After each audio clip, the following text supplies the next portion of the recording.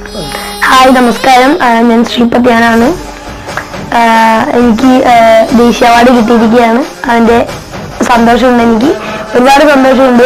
ഇനിയിപ്പോൾ ഈ cake cutting ഒക്കെ വെച്ച് ഒരു പാർട്ടിയൊക്കെ ആക്കാൻ പോവാണ്. ഞാൻ ഒരിക്കലും പ്രതീക്ഷിച്ചില്ല. മോണിക്ക ഒരു സ്റ്റോറി ആയിരുന്നു ഞാൻ സംസ്ഥാന അവാർഡിന് പ്രതീക്ഷിച്ചത്. പക്ഷെ അതല്ല, എനിക്ക് ദേശീയ അവാർഡ് തന്നെ കിട്ടി. അതിനും അതുക്കും മേലെ എനിക്ക് കിട്ടി. ഒരുപാട് സന്തോഷം. Thank you.